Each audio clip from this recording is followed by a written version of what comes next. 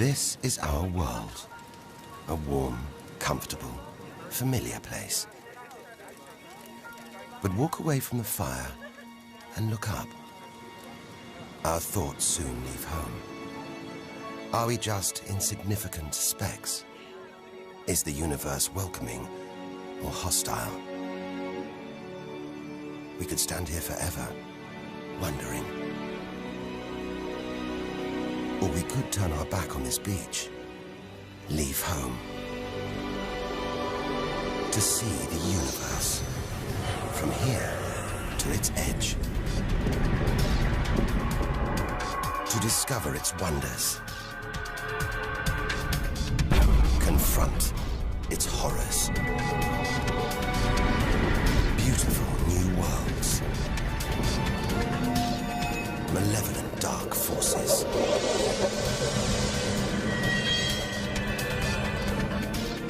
The beginning of time.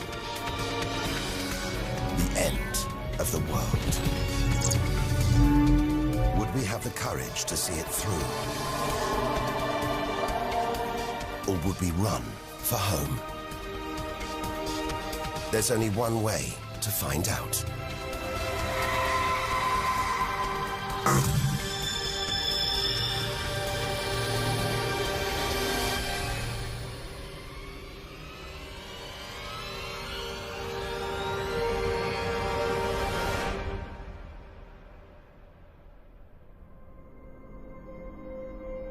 The edge of space. Only 100 kilometers up, just an hour's drive from home. Down there, life continues. The traffic keeps moving, stocks go on trading, and Star Trek is still showing. Looks favorable enough at this point that the race should go.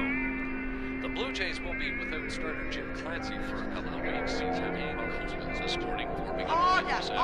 Will the honourable gentleman resume his seat? Mr. Ashton. But we have to leave all this behind. To dip our toe into the vast, dark ocean beyond.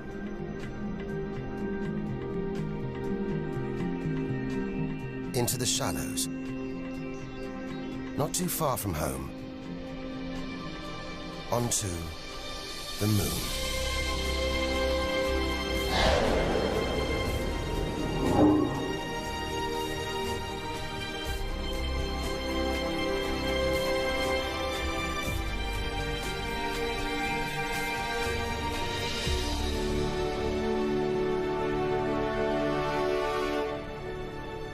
Dozens of astronauts have come this way before us.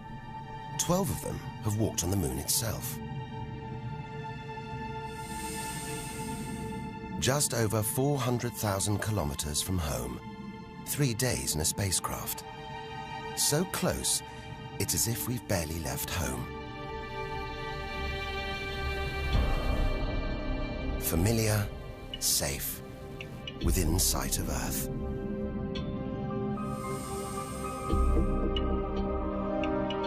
It looks like a deserted battlefield, bombarded by millions of meteoroids and asteroids. But it's quieter now. It's obvious there have been no major collisions for millions of years.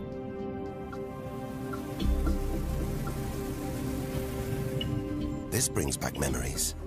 The Apollo 11 lunar module. Neil Armstrong's first footprints. Looks like they were made yesterday. There's no air to change them. They should survive for millions of years. Maybe longer than us.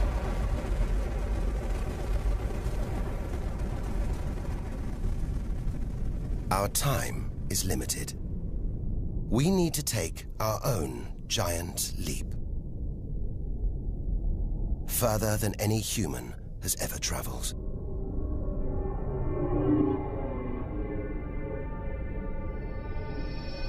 Out of the darkness, a friendly face. The goddess of love. Venus. The morning star. The evening star. Sometimes she welcomes the new day in the east. Others, she says goodnight in the west. The planet's spectacular yellow clouds reflect the sunlight. That's why this is the solar system's brightest planet. A sister to our planet. She's about the same size and gravity as Earth. We should be safe here. But the Venus Express space probe is telling us these dazzling clouds are made of deadly sulfuric acid, that the planet's atmosphere is choked with carbon dioxide. It's ringing alarm bells.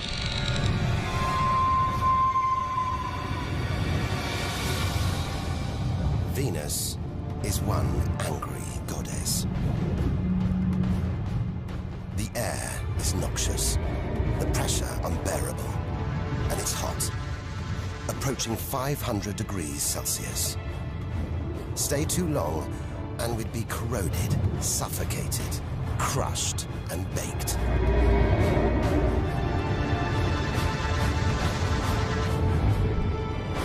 Nothing can survive here. Like this. It's a Soviet Venera robotic probe. Its heavy armor's being wrecked by the extreme atmosphere.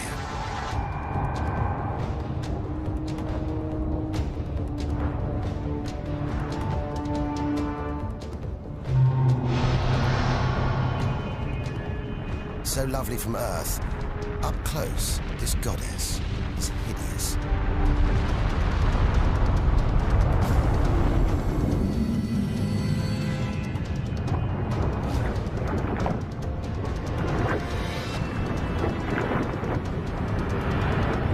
She's the sister from hell, pockmarked by thousands of volcanoes.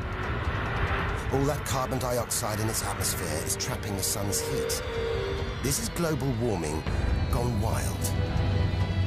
Before it took hold, maybe Venus was calm, more like her sister planet Earth. If that's true, this could be our planet's future.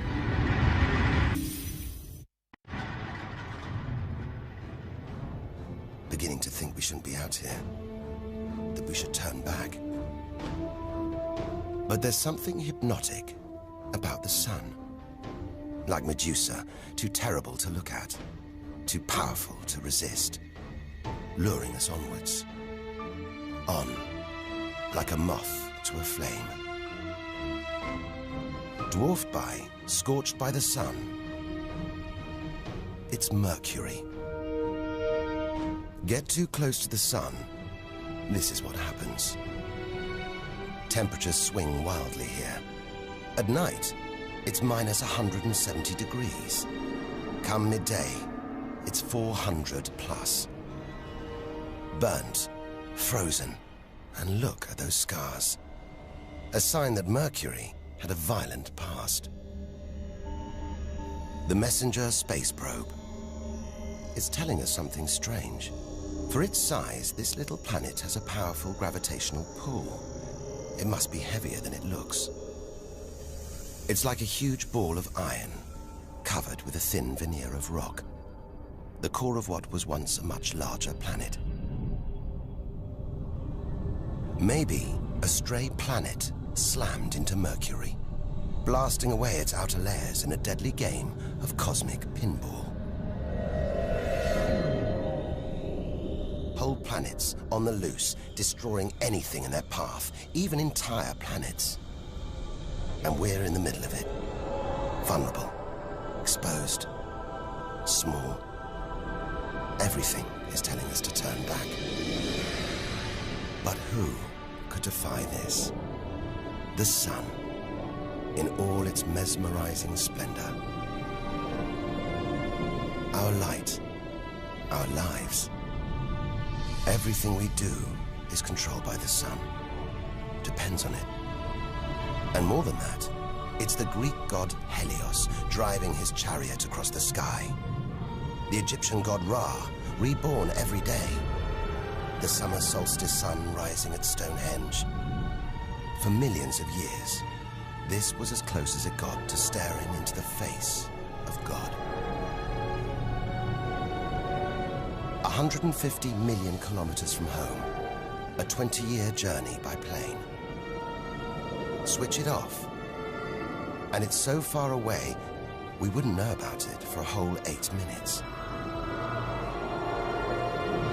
It's so big, you could fit 1 million Earths inside it.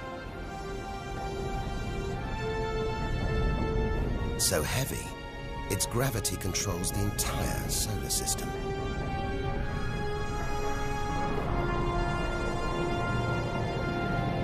But who needs numbers?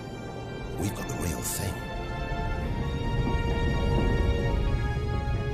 We see it every day, a familiar face in our sky. Up close, it's unrecognizable. A turbulent sea of incandescent gas. The thermometer rises to over 5,000 degrees. Down in the core, it's got to be tens of millions of degrees.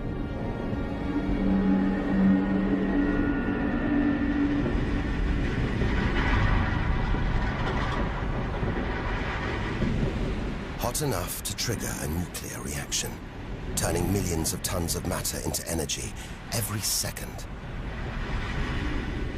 More than all the energy ever made by mankind. Back home, we see this energy as light, feel it as heat. But up close, there's nothing comforting about the sun. It's so full of electrical and magnetic activity, it's bursting out in these huge incandescent gas loops called prominences. Each one releasing more energy than 10 million volcanoes. You could get the Earth through one of these loops and still have tens of thousands of kilometers to spare.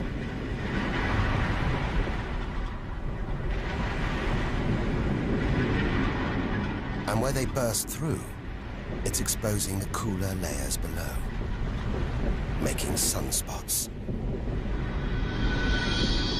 They're a fraction cooler than their surroundings. It's why they look black, but they're still hotter than anything on Earth. And they're massive, too. Some of these are at least 50,000 kilometers across. A solar flare. A superheated stream of electrified gas blasting deadly radiation out into space. But one day, all this will stop. The sun's fuel will be spent.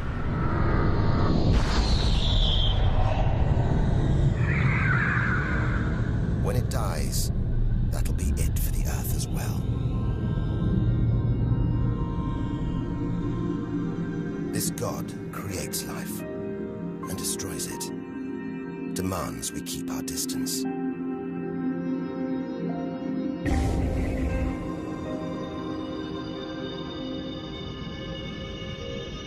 This comet has strayed too close.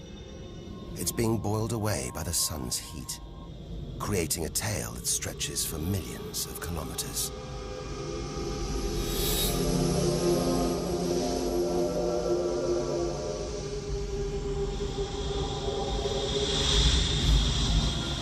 It's freezing in here. There's no doubt where this comet's come from. The icy wastes of deep space. But look at all this steam, the geysers and dust. It's the sun again, melting the comet's frozen heart. A kind of vast, dirty snowball, covered in grimy tar. Tiny grains of what looks like organic material, preserved on ice since, well, who knows when. Maybe even the beginning of the solar system. Say a comet like this crashed into the young Earth billions of years ago. Maybe it delivered organic material and water, the raw ingredients of life. It may have even sown the seeds of life on Earth that evolved into you and me.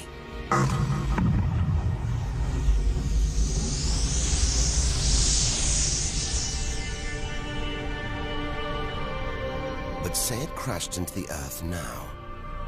Think of the dinosaurs, wiped out by a comet or asteroid strike. It's only a question of time. Eventually, one day, unless we can find a way to protect ourselves, we'll go the way of the dinosaurs. The Earth is safe. For now. But if life on Earth was obliterated, we'd be stuck out here, homeless, adrift in a hostile universe. We'd need to find another home. Among the millions, billions of planets, there must be one that's not too hot, not too cold, with air, sunlight, water, where, like Goldilocks, we could comfortably live.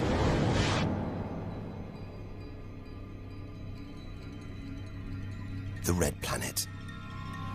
Unmistakably, Mars.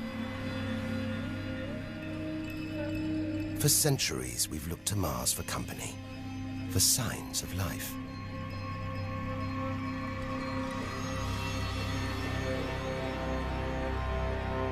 Somewhere down there could be extraterrestrial life. But are we ready to find it?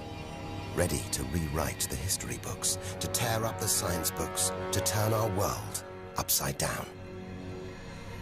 What happens next could change everything.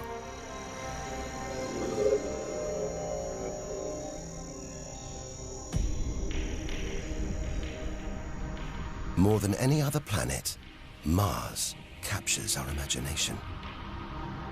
Think of sci-fi films, comics. What follows? Martians.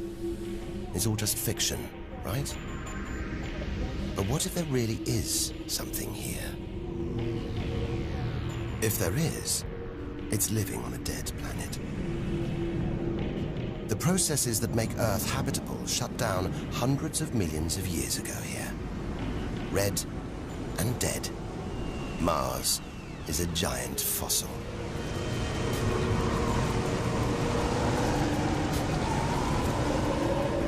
Something's alive. A dust devil, a big one. Bigger than the biggest tornadoes back on Earth. There's wind here, and where there's wind, there's air. Air that could sustain extraterrestrial life.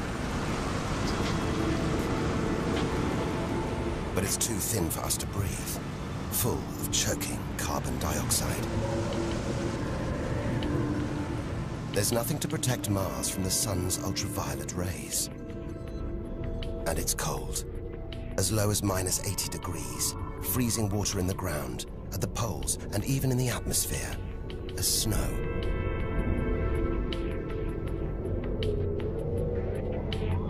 It's hard to believe anything could live here.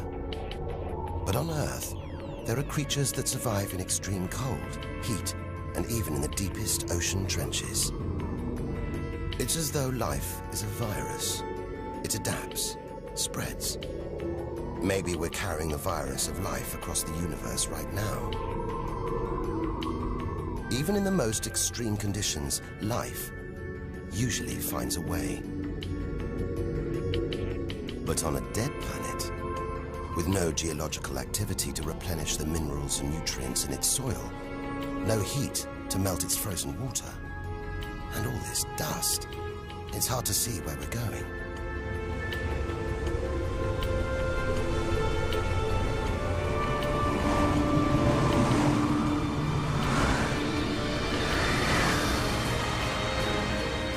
But we can't miss this. Olympus Mons, a vast, ancient volcano, 3 times higher than Everest. So wide, it would stretch almost all the way across Spain. Since its discovery in the 1970s, it's been declared extinct.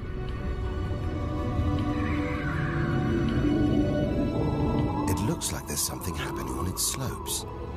It's as though lava has been flowing. But any lava flows should be long dead, obliterated by meteorite impacts. Unless this monster isn't dead after all.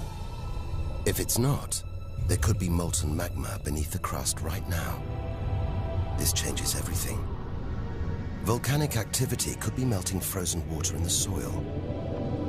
recycling minerals and nutrients, creating conditions for life to exist.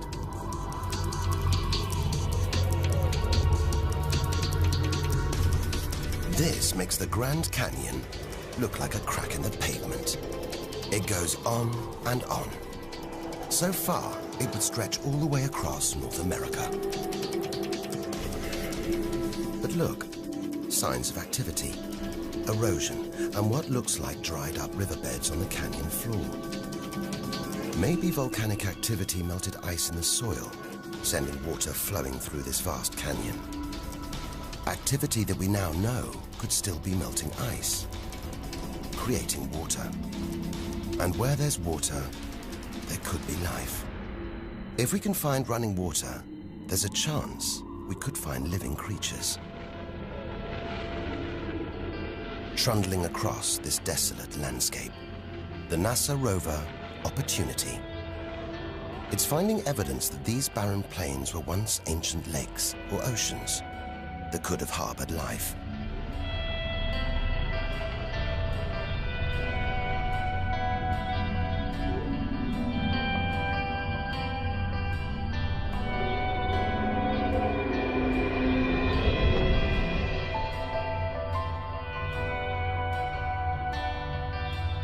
Look at these gullies. When probes orbiting Mars pass over them, they keep spotting new ones. More proof that Mars is alive and kicking. That there may be water flowing beneath the surface, creating these gullies. Water which could be sustaining Martian life.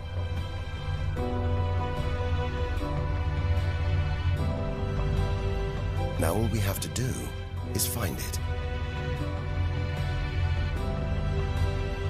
Unless we've already found it.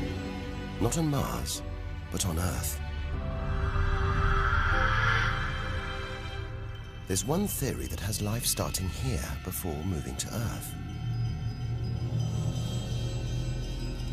The idea is that an asteroid impact blasted fragments of Mars, complete with tiny microbes, out into space and onto the young Earth, where they sowed the seeds of life itself.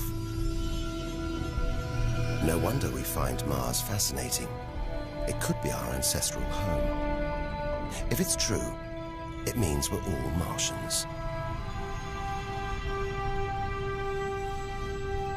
The Mars we thought we knew is gone, replaced by this new, active, changing planet.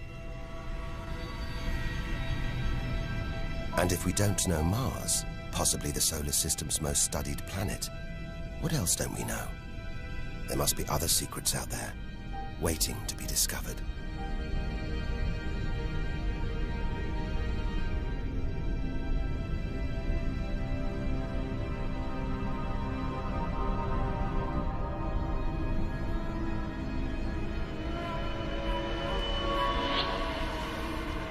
This is getting scary.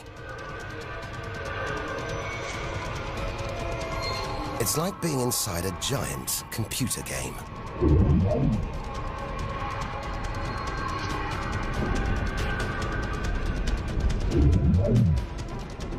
But these are all too real. Asteroids, some of them hundreds of kilometers wide. This one must be about 30 kilometers long. And look, perched on it, a space probe. Can't have been easy parking on an asteroid traveling at 80,000 kilometers an hour. It's a lot of effort to investigate some rubble. Rubble that regularly collides, breaking up and raining down on Earth as meteorites. Magical tokens, supernatural omens, and more than that. Turns out it was rubble like this that came together to make the planets, including our own.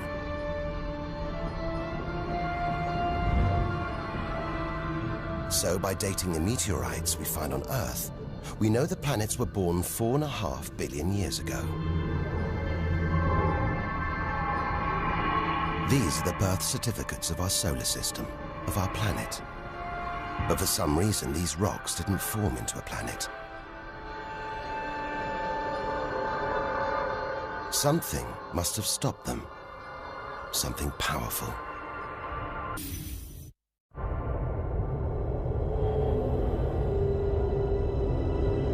Jupiter. What a monster. At least 1,000 times bigger than Earth. So vast, you could fit all the other planets inside it. Something this big is going to have a major effect on its neighbors. Its gravity is stopping the asteroids from forming a planet. And just look at it. It's stunning. But up close, maybe things aren't quite what they seem. This huge planet is almost all gas. Land here, and we'd sink through its layers, maybe never hitting a solid surface. And Jupiter's good looks, the product of extreme violence.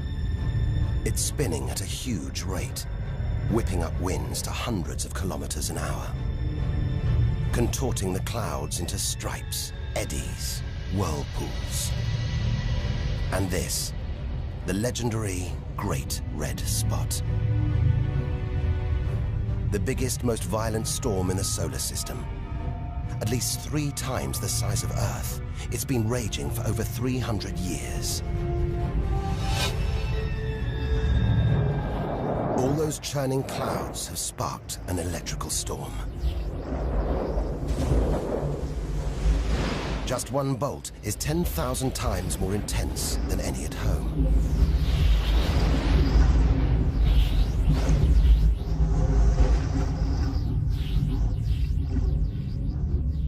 It seems the best place, the safest place to see Jupiter is from a distance.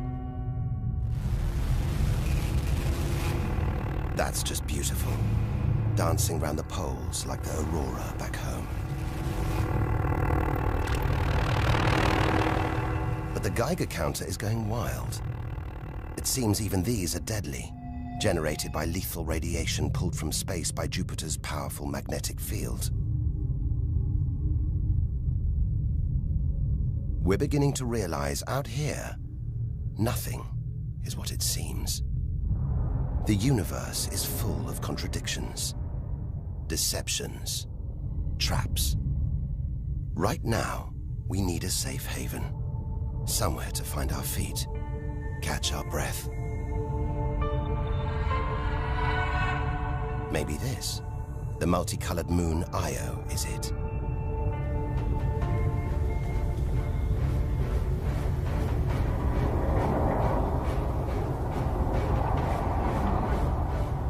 Those pretty colors, a molten rock, sulfur, volcanoes, spewing burning hot ash and sulfur hundreds of kilometers into the air. This is no safe haven. This is the most volatile place we've seen since the sun. Our magical journey to the edge of the universe is turning into a desperate flight. We've got to keep believing, hoping that amidst the dangers, there are wonders waiting to be discovered. 650 million kilometers from home. What a weird-looking place. And yet it looks strangely familiar.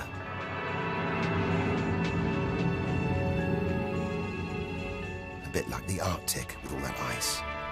All those ridges and cracks.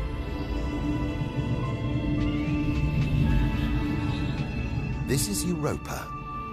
And maybe, like the Arctic, this ice is floating on water. Liquid water.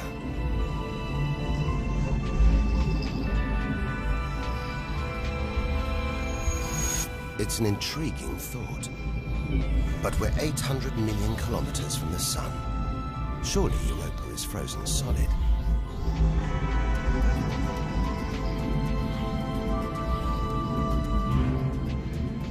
Unless Jupiter's gravity is creating friction deep inside, stopping Europa from freezing solid, allowing life to develop in the waters beneath its frozen crust. We might be meters away from aliens. from a whole ecosystem of microbes, crustaceans, maybe even squid. The only thing between us and the possibility of alien life, this layer of ice. But until we send a spacecraft to drill through the ice, Europa will remain one of the solar system's greatest mysteries.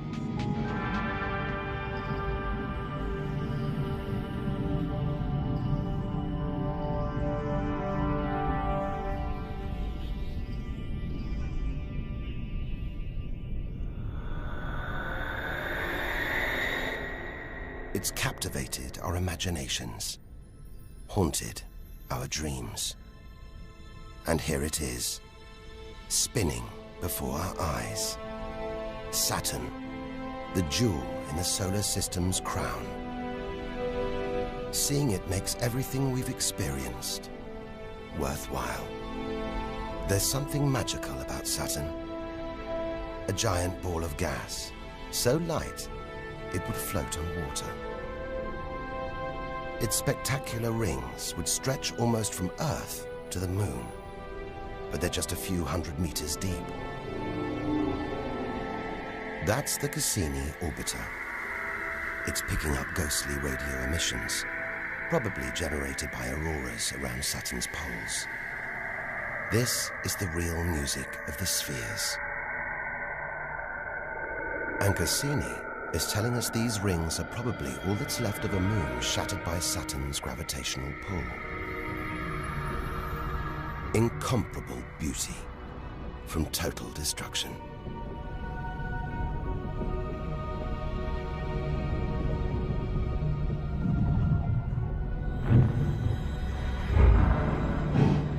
Billions of shards of ice, some as small as ice cubes, others the size of houses. They collide, break apart, reassemble. It's like a snapshot of our early solar system, as dust and gas orbited the newly born sun, and gravity worked its magic, pulling the lumps together until from debris like this, our home emerged.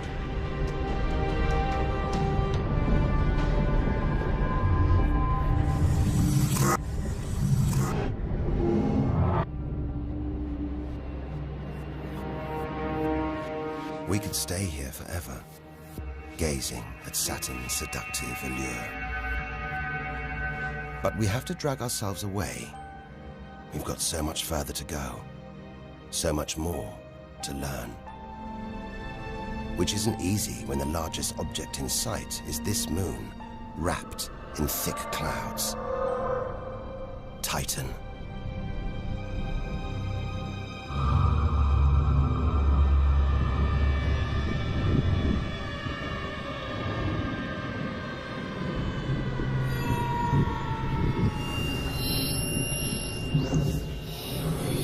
It seems like there's an atmosphere down here. There's wind, rain, even seasons. And look at these rivers, lakes and oceans. It's the most similar place to Earth we've seen so far. Maybe it was worth tearing ourselves away from Saturn after all. Except that's not water. That's liquid natural gas. There must be hundreds of times more natural gas here than all the Earth's oil and gas reserves. If we could get it home, it could power our cities, fuel our cars for thousands of years. Or maybe, one day, we could use it here to fuel a colony. Assuming there isn't life on Titan already. The Huygens space probe, dropped onto Titan's surface from Cassini, is here to find out. It's telling us there are organic materials in the soil, but it's so cold, minus 180 degrees. There's no way these could come together to form life. Unless Titan warms up. The sun is predicted to get hotter. When it does, maybe life will spring up here, just like it did on Earth billions of years ago. As the Earth gets too hot for us, maybe we'll move to Titan. One day we might call this distant place home.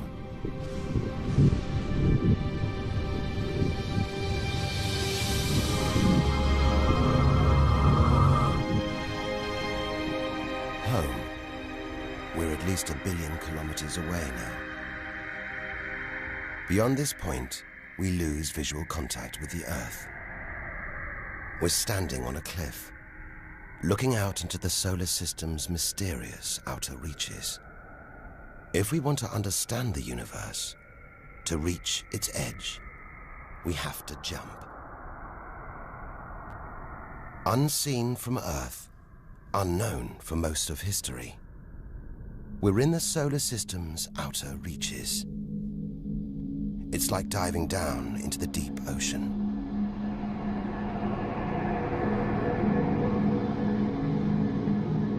Those rings. It looks like Uranus has been tilted off its axis, toppled over by a stray planet.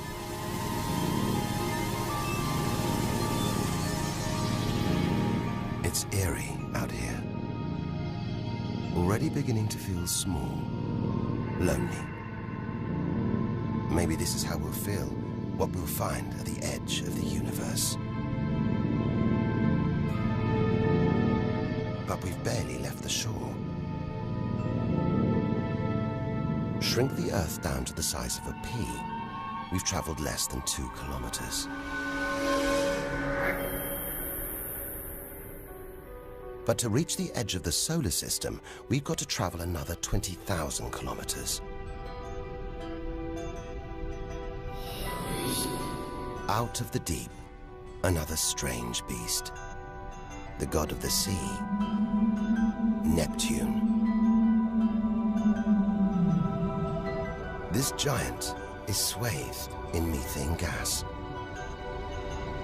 And look, a storm the size of Earth, whipped up by savage 1,500-kilometer-an-hour winds.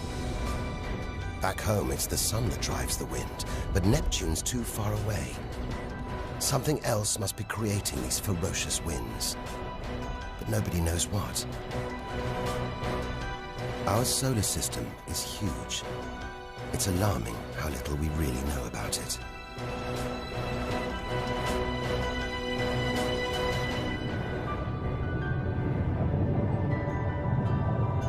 Plunging deeper, something to cling to. After all those balls of gas, a solid moon. Triton. Solid, but not stable. Just look at these geysers, cosmic chimneys pumping out strange soot. And this moon is going round Neptune in the opposite direction to the planet's spin. A cosmic battle of wills that this angry moon is always going to lose. Neptune's massive gravity is pulling on Triton, slowing it down, reeling it in.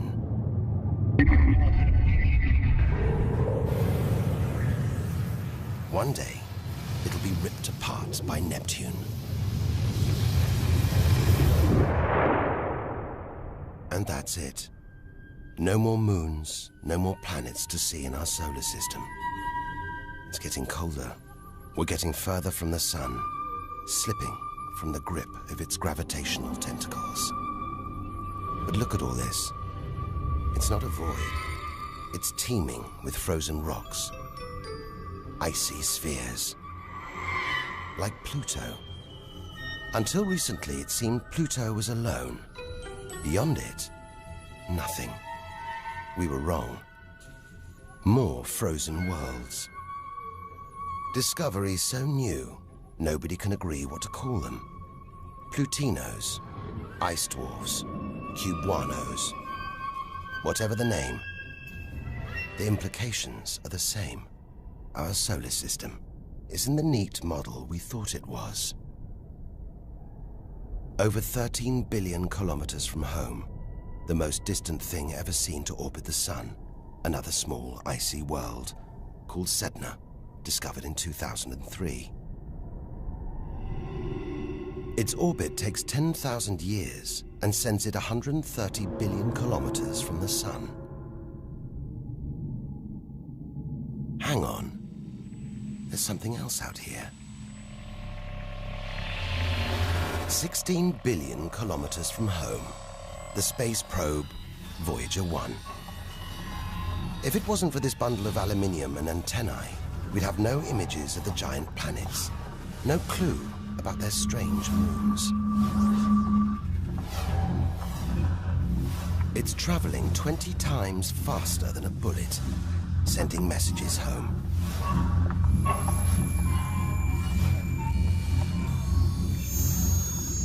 And look, on its side, that gold panel, a kind of intergalactic message in a bottle.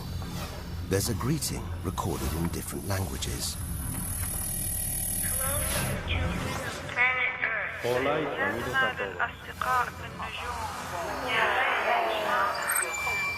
And a map showing how to find our solar system. But if you're in the jungle, is it wise to call out? Anyone, anything could hear our call, find out where we live, and come knocking. Friendly or not. A cloud of cosmic icebergs stretching for what seems like forever. They look like the comet we saw earlier. Maybe it started life out here, until something dislodged it, sending it towards the Sun, just like the comets that may have planted life on Earth billions of years ago. And seeing all this ice, maybe they carried water to Earth too. It's an astonishing thought. The water in the oceans, in your coffee, even in your body, all from this distant celestial ice machine.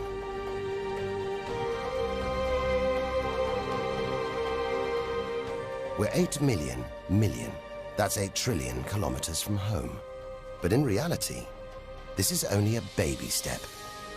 Ahead, trillions of kilometers, billions of stars. This is it. Time to stop looking in and start looking out. To step out into the big, wide universe. Into interstellar space.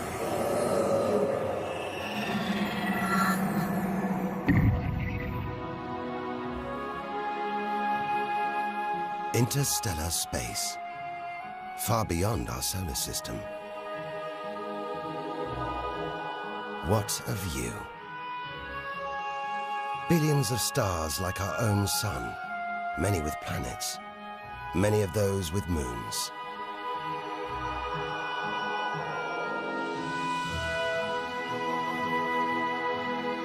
It's hard to know which way to go. There are infinite possibilities in every direction. Whichever way, we're going to need a serious burst of acceleration.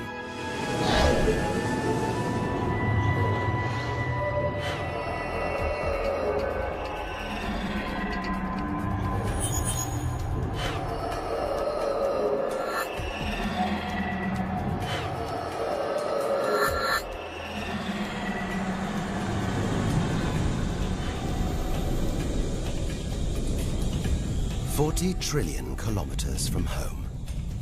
150,000-year ride in a space shuttle. And we've only just reached the first solar system after our own. Alpha Centauri. Not one, but 3 stars. They're spinning around each other, locked in a celestial standoff. Each star's gravity attracting the other, their insane orbital speed keeping them apart.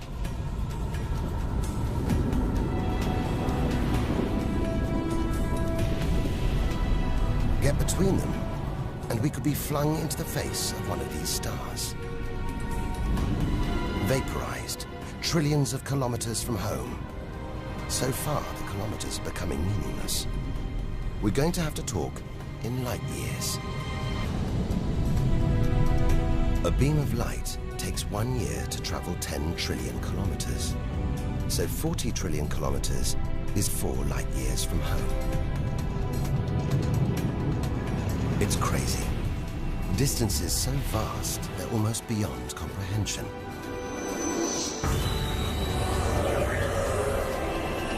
And exciting. Who knows what strange worlds lie ahead? What we'll discover when, if we reach the edge of the universe.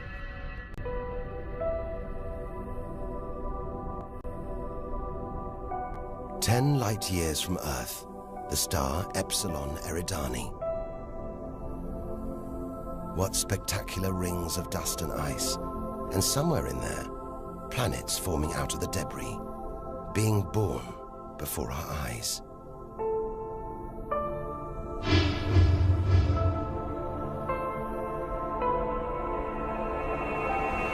Asteroids and comets everywhere.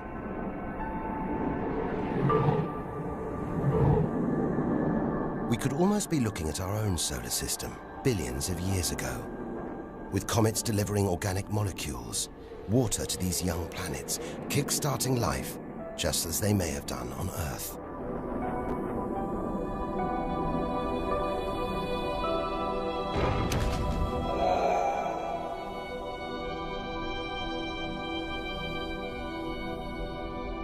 At the center of all this action, a star smaller than our sun. It's still in its infancy. Any life in this solar system would be primitive at best.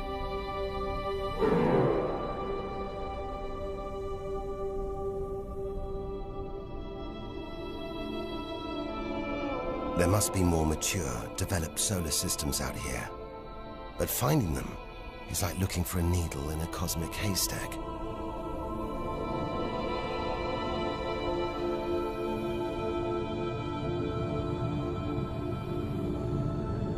"20 light years from Earth. Star Gliese 581.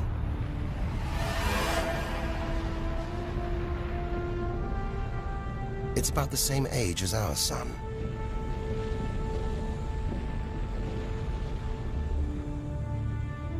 And orbiting it, this planet. It's just the right distance from its sun. Any closer and water would boil away. Any further, and it would freeze. Ideal conditions for life to have evolved.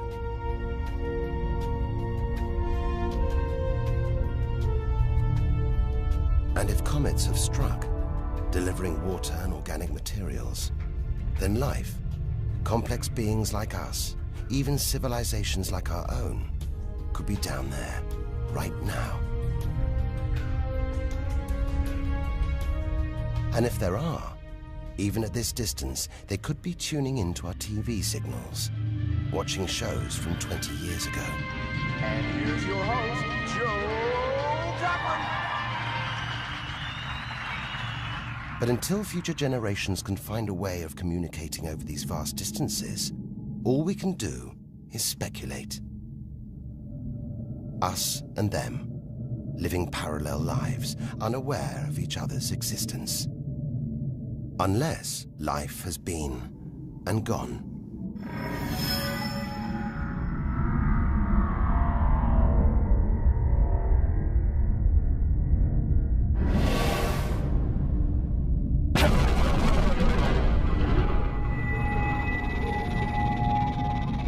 That's the problem with comets. They're creators and destroyers. As the dinosaurs found out the hard way 65 million years ago. This is the needle in the cosmic haystack, the closest we've come to a habitable solar system like our own. But it's a chance encounter. There could be hundreds, millions more solar systems like this out here. Or none at all.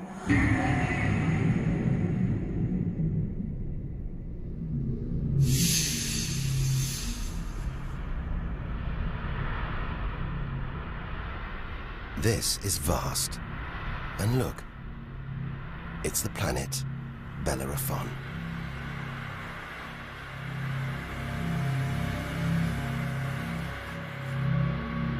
So close to its own sun, it's a miracle it was discovered at all. Problem is, from Earth, we can't see planets this far out. They're obscured by the brilliance of their neighboring stars. But the planets have a minute gravitational pull on those stars. Measure these tiny movements trillions of kilometers away, and we can prove they exist.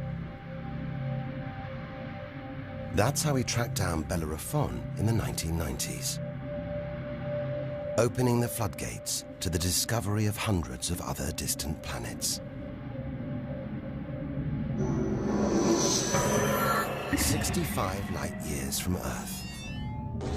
Tune in on this bright star, and you'd pick up TV signals from Hitler's Berlin Olympics.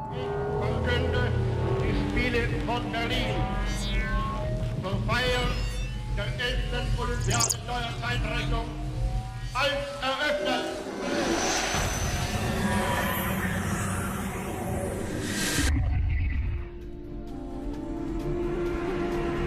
Twin stars.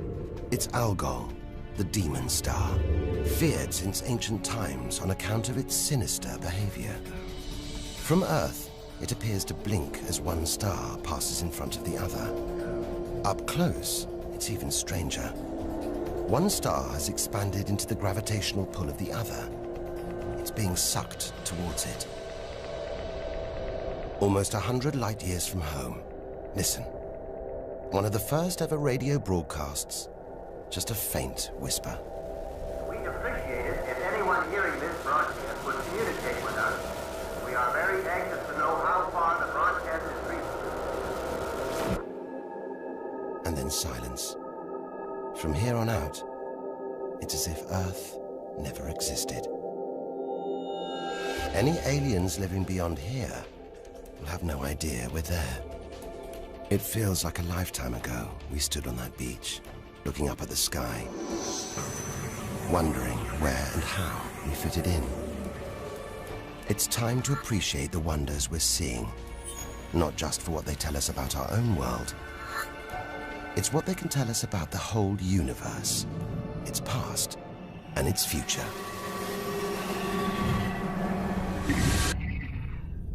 Deep inside our galaxy, the Milky Way, a vast celestial library, each star a book with a story to tell. It's all here, waiting for us to lift the cover. The Seven Sisters, daughters of the ancient Greek god Atlas, transformed into stars to comfort their father as he held the heavens on his shoulders.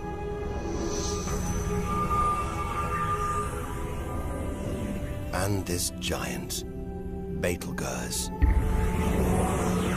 The brightest, biggest star we've seen so far. It's got to be at least 600 times wider than our own sun.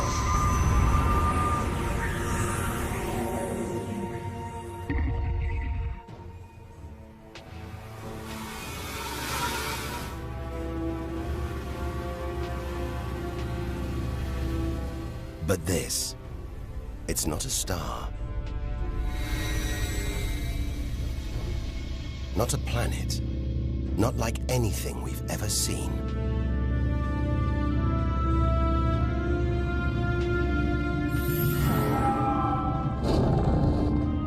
A ghostly spectre, more than 1,300 light years from Earth. Orion's dark cloud. Dust and gas, so dense it's shrouding us, shutting us off from the universe outside. There, deep inside, a ball of light, pulling the dust and gas towards it, heating up, merging into a ball of burning, hot gas. Like a star, like our sun, in miniature. It's millions of degrees inside it. So hot, it's beginning to trigger nuclear reactions, the kind that keep our sun shining. Making energy, radiation, light. A star is being born.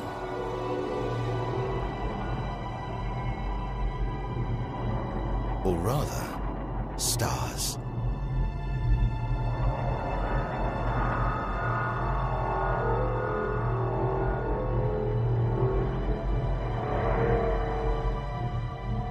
Orion's dark cloud is a vast star factory. We're witnessing the birth of the future universe.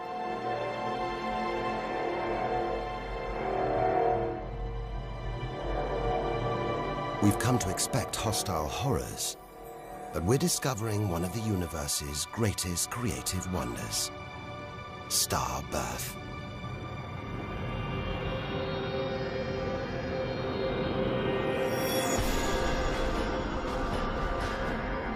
Perhaps we spoke too soon.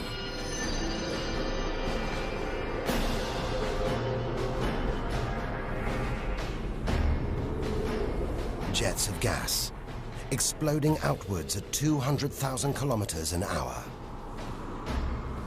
blasting dust and gas out for millions of kilometers.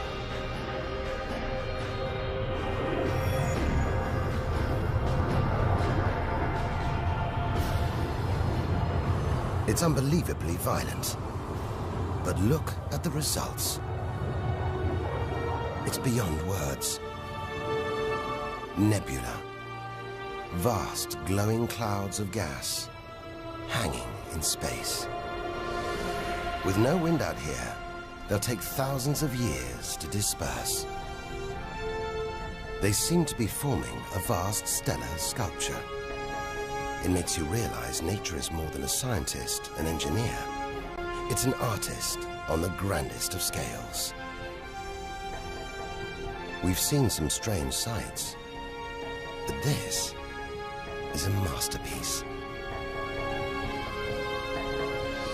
A giant horse's head rearing up in space.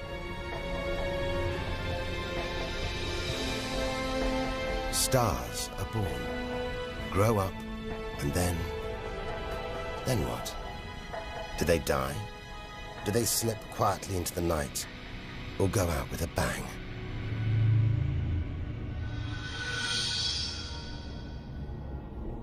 Somewhere between here and the edge of the universe lies the answer. Nearly 4,000 light-years further, luminous clouds suspended in space, encircling what was once a star like our own sun.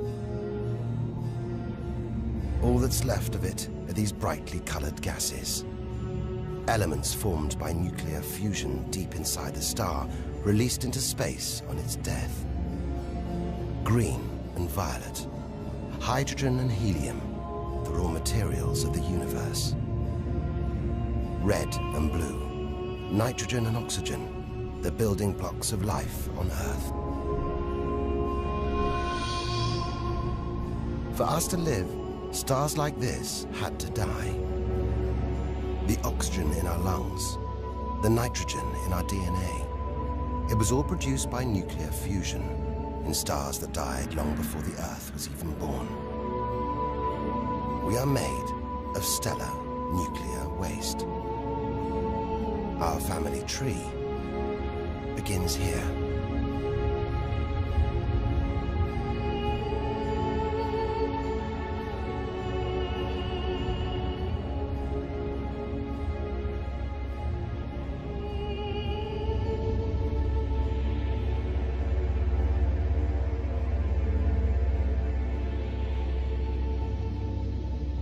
At its heart, the ghost of a star. It's a white dwarf.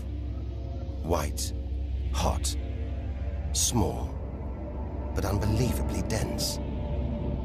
In the star's dying moments, its atoms fused and squeezed together, making it so dense that just a teaspoon of this white dwarf would weigh 1 ton.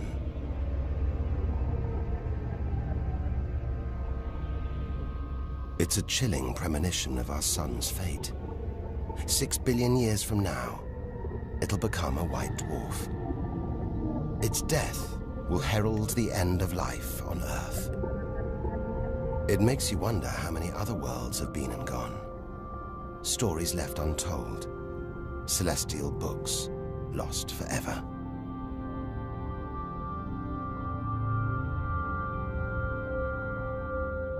But the greatest story of them all is still to be told. we must go back through time to the very first chapter to tell the story of how the universe began. The scattered remains of a dead star. A nebula, the Crab Nebula.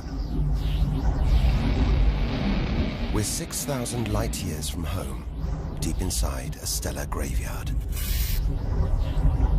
We've learned so much, seen things we'd never have believed possible. Now, sights like this, wonders once beyond imagination, we take in our stride. We're ready. Ready to face whatever lies ahead. Determined to reach the edge of the universe.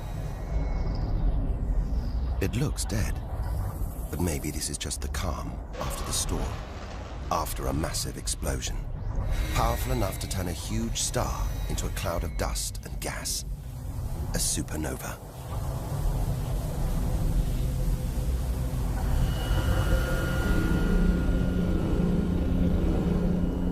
The eye of the storm.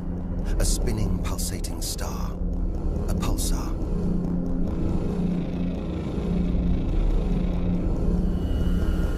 Gravity must have squeezed the giant star's core down to this.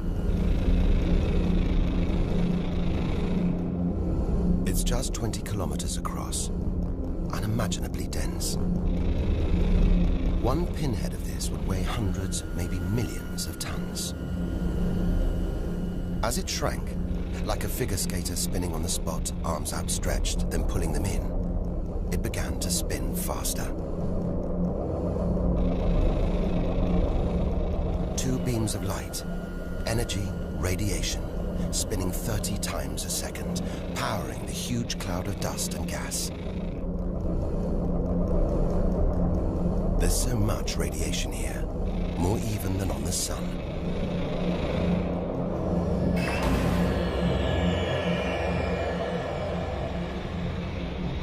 That was easily the deadliest thing we've encountered so far.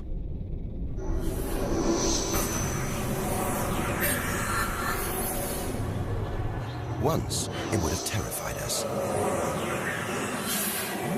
But now we realize that without the dangers, there'd be no wonders. Without the nightmares, there'd be no dreams.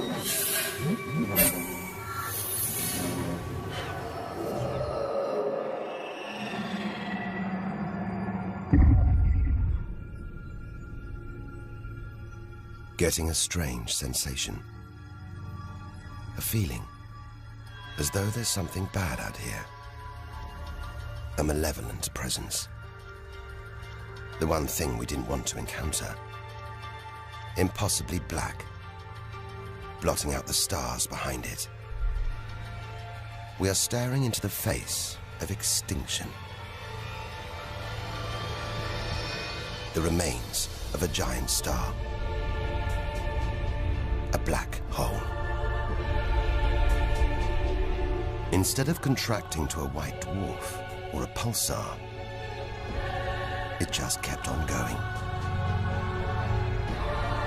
Shrinking until it got so small, it's just a few kilometers across. Far denser than a pulsar and impossible to resist.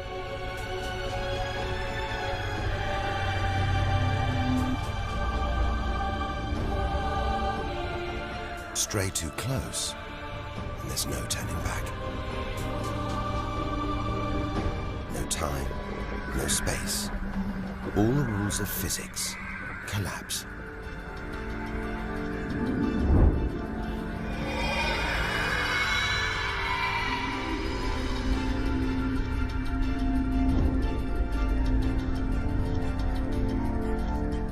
The asteroid is gone. Truth is, nobody really knows where. We're looking at the limit of human understanding. There could be millions of black holes creeping around our galaxy. More perhaps than all the stars in the sky. But we wouldn't see them until it was too late.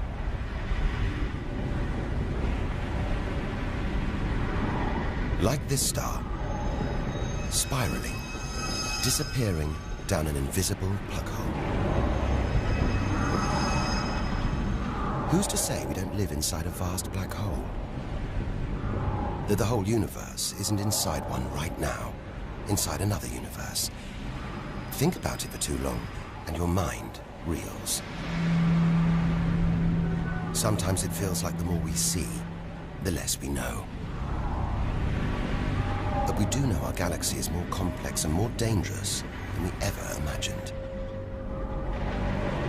And we're still in our own galaxy, the Milky Way. The vastness of the universe beyond still lies ahead. The wonders, the dangers, the secrets, they're out there. But first, we've got to find a way out of the Milky Way.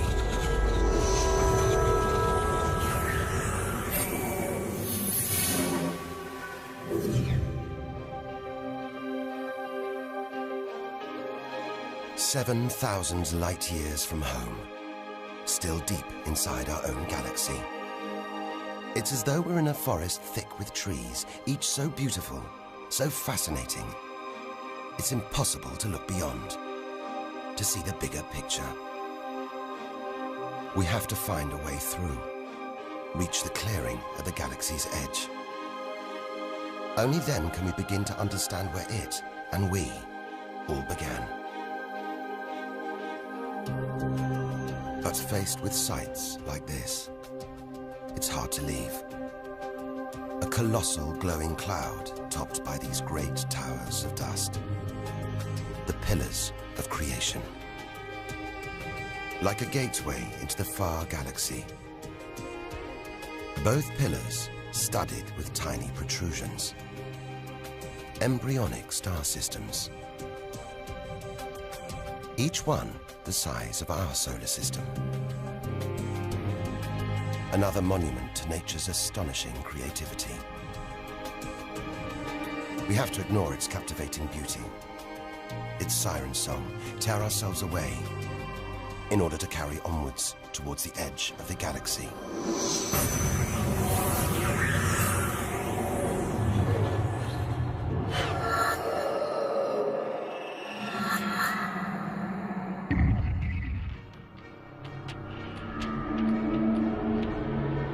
Dazzled by the Milky Way's beauty, we've been blinded to its terrors and strayed into a cosmic minefield.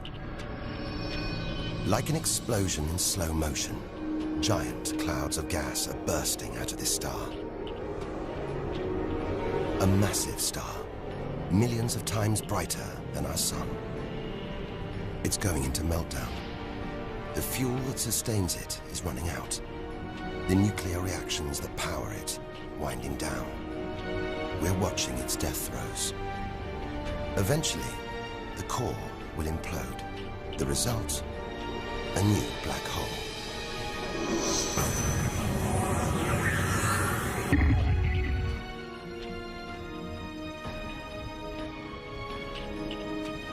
An even bigger, dangerously unstable star. But this one's about to explode. And when a star this big dies, it's 100 times more violent than a supernova. Somehow we've stumbled into the most violent star death imaginable. A hypernova.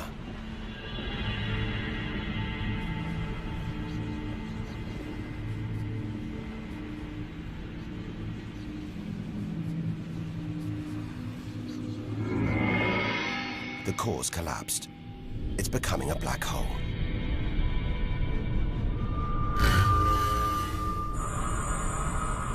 And that's the shockwave, surging through the star, ripping its outer layers into space.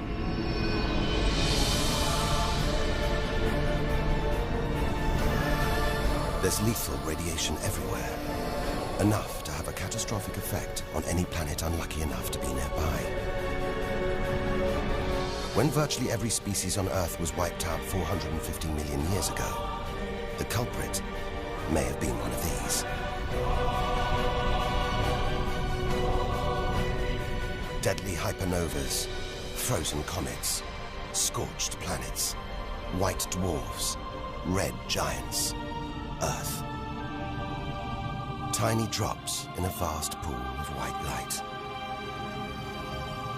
Our home galaxy, the Milky Way.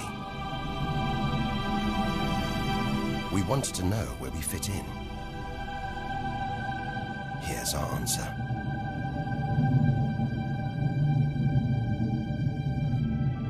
Civilizations, past and present. Everyone that's ever lived. The smallest bug, the highest mountain. All of it. Invisible. Not even a tiny speck.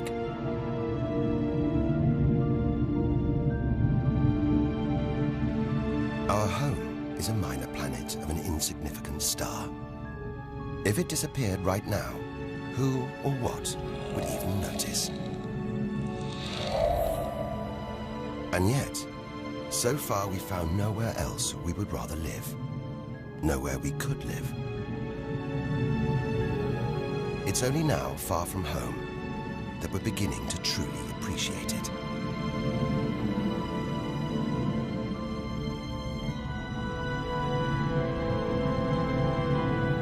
Look at all these stars. Hundreds of thousands of them. Surely one of these, more than one, must be capable of supporting life.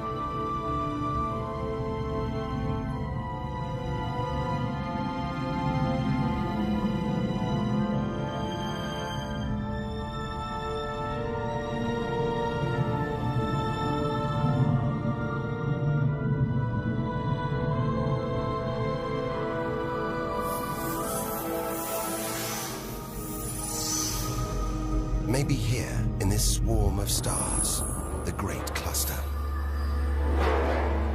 Back in the 1970s, astronomers sent a message in this direction, detailing the structure of our DNA and our solar system's location. But it's so far from home, the message won't arrive for at least another 25,000 years. We haven't found alien life yet. But neither have we found any reason to believe it isn't out here, somewhere. There's an equation, devised to estimate the number of other advanced civilizations. Crunch the numbers, and the result is shocking. There could be millions of civilizations, just in our own galaxy.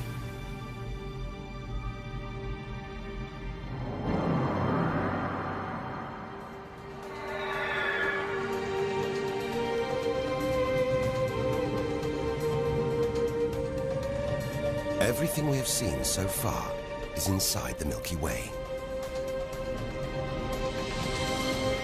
Now here's our chance to see other galaxies, to glimpse the even bigger picture, and perhaps to answer the ultimate question: where does all this come from? We are now ready to leave our solar system, our galaxy, and enter intergalactic space.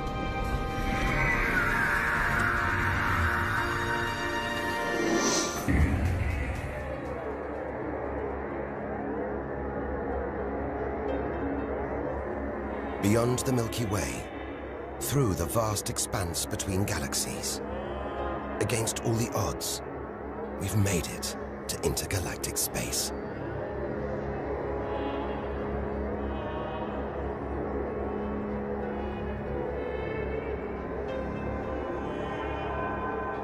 Out here, there's no horizon in sight.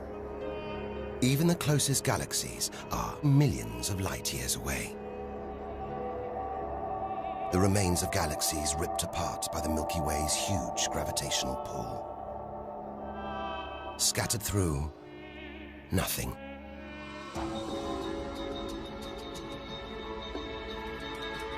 This is as close as the universe gets to a perfect vacuum. But even this isn't totally empty. There are thin wisps of gas, fine traces of dust, and something else. Dark matter. So mysterious we can't see it, feel it, taste it, touch it, or even measure it. Yet so common, it could make up over 90% of all the matter in the universe. If dark matter does exist, it means there's no such thing as empty space. Even out here, we're surrounded by matter. We only know it exists because of the strange hold it exerts on galaxies, like this one, the Large Magellanic Cloud.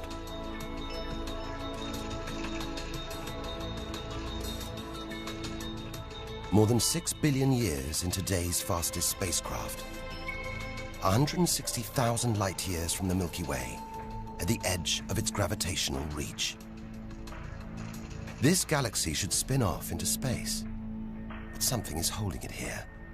Something invisible, powerful, dark matter. Stars, clusters of stars, nebulae. It's a vast astronomical treasure house. But look at this. It's like a string of gleaming pearls. It's a fireball, expanding out from what must have been a massive explosion, a supernova. So bright that when light from the explosion reached the Earth in 1987, it was visible with the naked eye. And so violent, it triggered a string of nuclear reactions, forcing atoms together, creating new elements: gold, silver, platinum, blasting them out into space.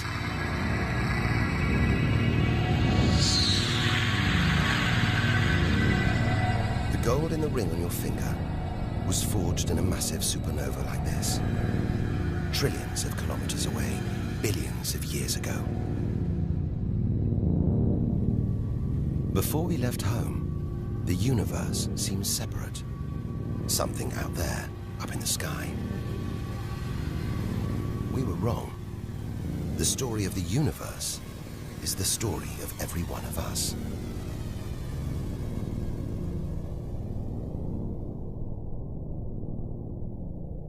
It's comforting to remember as we venture through this abyss.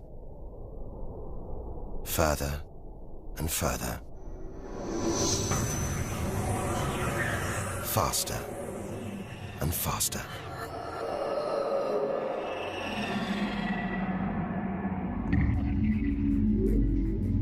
The Andromeda Galaxy, 2.5 million light years away. It's moving through space at nearly 1 million kilometers an hour. Everything in space is moving apart like shrapnel from an explosion. We're seeing this galaxy as it was when our ape-like ancestors first walked across the African plains.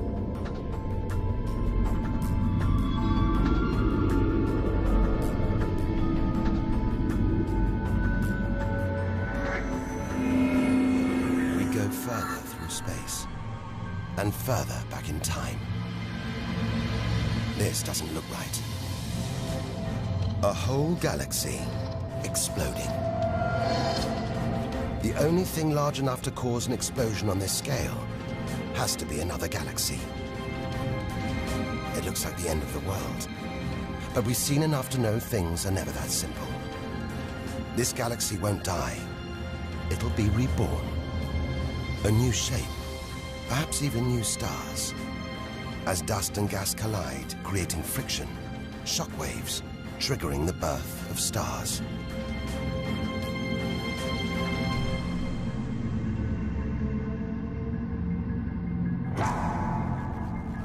There's order in this chaos, a pattern behind the infinite variety, an endless cycle of birth and death, creation and destruction.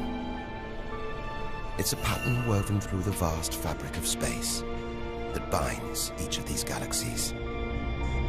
There are billions of galaxies in the universe, each with billions, even trillions of stars. Possibly more stars than there are grains of sand on all the beaches on Earth.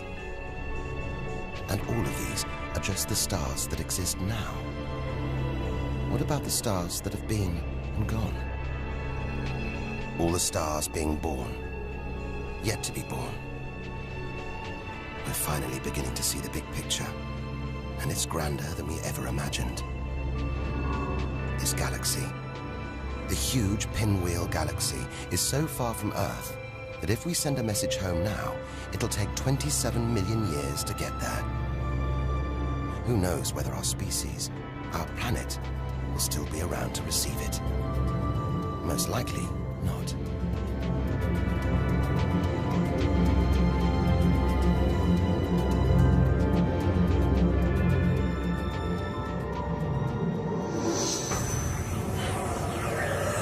We travel on, back through time. Past the point where the dinosaurs were wiped out. Past the moment where the first creatures clambered onto land.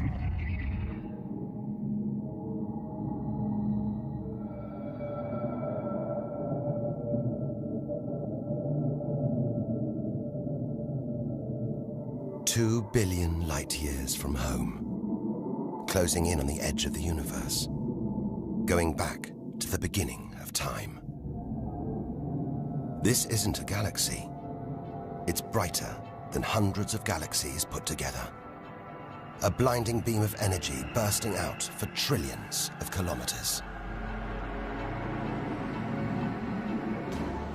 Something this big, this bright, must be incredibly powerful. Experience tells us, out here, power equals danger. It looks like a quasar, the deadliest thing in the universe. If it is, then our journey could be over, just as the end is almost in sight.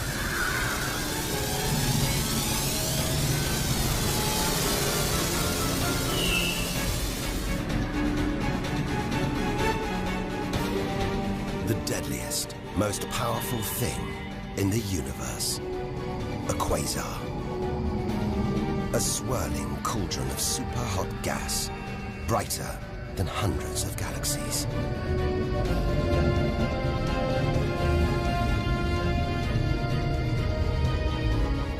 The source of this awesome power lies deep inside the heart of the beast. A heart of darkness. A supermassive black hole, as heavy as 1 billion suns.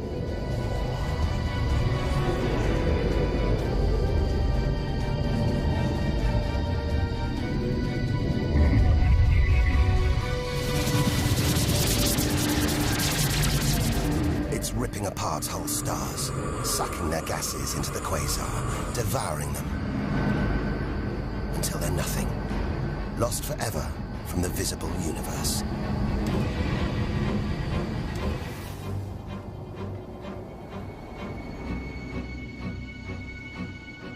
We've seen the worst the universe can throw at us, the most powerful and destructive forces the universe produces. Now it's on to the very edge of the universe. It's almost within reach.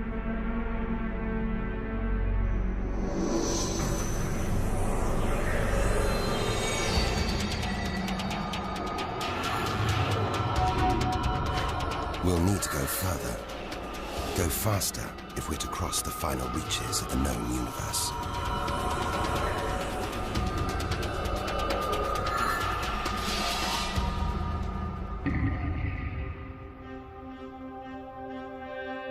$8 billion light years from home. More galaxies. But these look different. Ragged, small, close together. We're so far back in time, we're seeing these galaxies as they were before the Earth was even born. They're still young, still growing. We're getting closer to where and how it all began. 12 billion years ago. Look at the galaxies now. They're more like primitive plankton floating in a vast, dark ocean.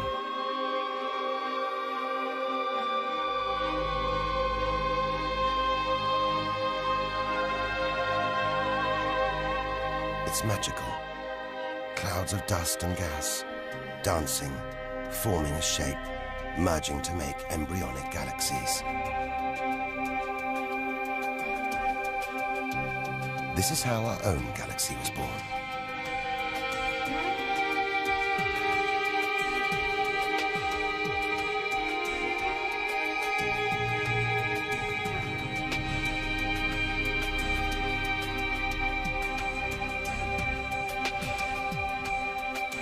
They're disappearing. We've gone back before the stars were born. Into a cosmic dark age. And before that, light. The afterglow from a massive explosion. The explosion which created the known universe.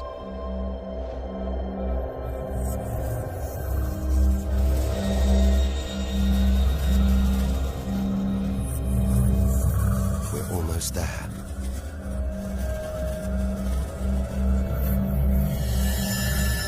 This is it. We've made it. The edge of the universe. 130 billion trillion kilometers from home. 13.5 billion years ago.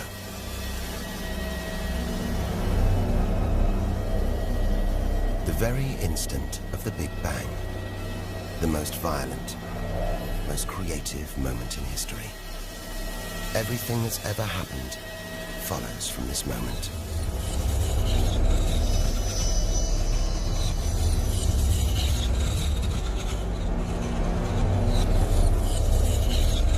Every religion, every culture has pondered it.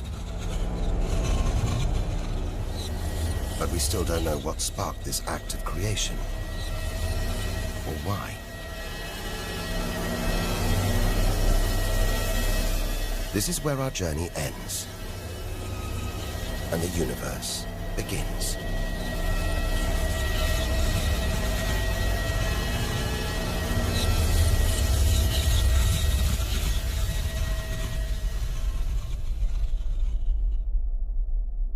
An infinitely hot, small, dense point erupts.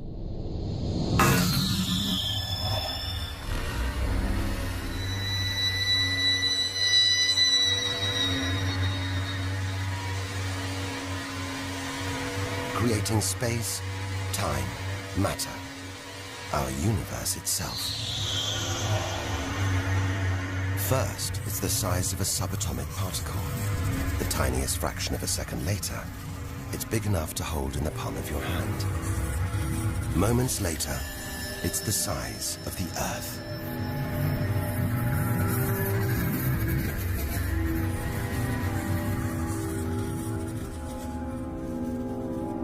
Today, the light from the Big Bang is still spreading out as a hiss of radio static. Your TV aerial picks it up. You can see it as static on an untuned TV.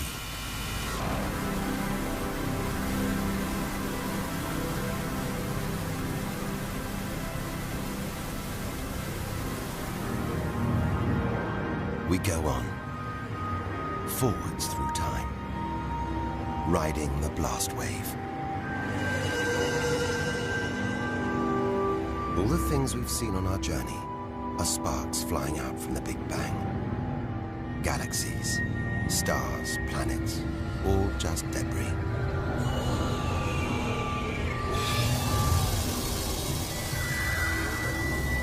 Back through our galaxy.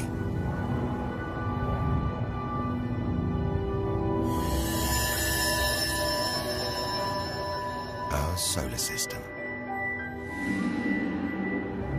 Until we reach another cooling cinder, swirling in the afterglow of the Big Bang. The Earth.